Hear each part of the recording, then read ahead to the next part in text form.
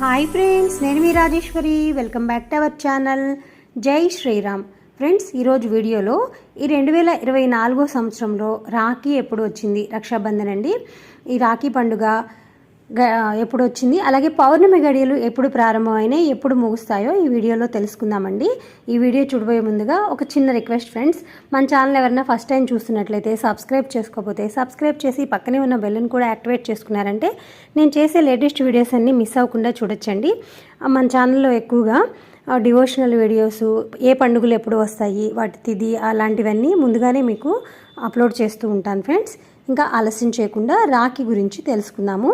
మనం శ్రావణ పూర్ణిమను రాఖీ పౌర్ణమిగా జరుపుకుంటామండి. అలాగే రాఖీ పండుగను రక్షాబంధన్ అని, ఇంకా ఈరోజు జంజాల పౌర్ణమి అని కూడా ఈ పౌర్ణమిని పిలుస్తూ ఉంటారు.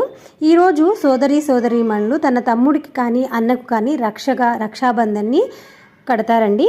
మరి ఈ సంవత్సరం రక్షాబంధన్ ఎప్పుడు వచ్చింది అంటే ఆగస్టు 19 సోమవారం రక్షాబంధన్ అండి.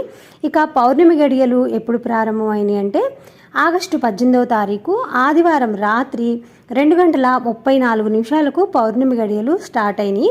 ఇక ఆగస్టు 19 సోమవారం రాత్రి 12:43 పౌర్ణమి గడియలు ముగుస్తాయండి. మనకి 19వ తారీఖు ఉదయము పౌర్ణమి గడియలు ఉన్నాయి కాబట్టి రక్షాబంధన్ని సోమవారం జరుపుకోవాలి. ఇదండి ఈరోజు వీడియో. మీ అందరికీ ఈ వీడియో నచ్చింది అనుకుంటున్నాను. నచ్చినట్లయితే అన్నా చెల్లెలందరూ హ్యాపీ రక్షాబంధన్ అని కామెంట్ చేయండి. అలాగే వీడియో మీ బంధువులకి, ఫ్రెండ్స్కి షేర్ చేయండి ఫ్రెండ్స్. మరొక వీడియోలో కలుసుకుందాం ఫ్రెండ్స్. బాయ్ ఫ్రెండ్స్, నమస్తే.